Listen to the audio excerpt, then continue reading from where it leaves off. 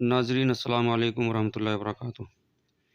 بہت ہی افسوس کے ساتھ ہم آپ تک یہ خبر پہنچا رہے ہیں کہ مظفر نگر کا مشہور تعلیمی ادارہ دارالعلوم حسینیہ تاولی کے سابق مدرس قاری شیر محمد صاحب سانجکی کے صاحبزادے امیر احمد کا آج الصبح پسونڈا میں ایکسیڈنٹ سے انتقال ہو گیا ہے۔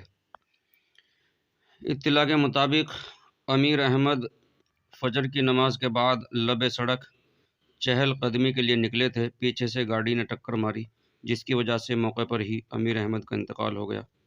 یہ اطلاع جیسے ہی سانجک گاؤں میں پہنچی تو گھر میں کوہرام مچ گیا۔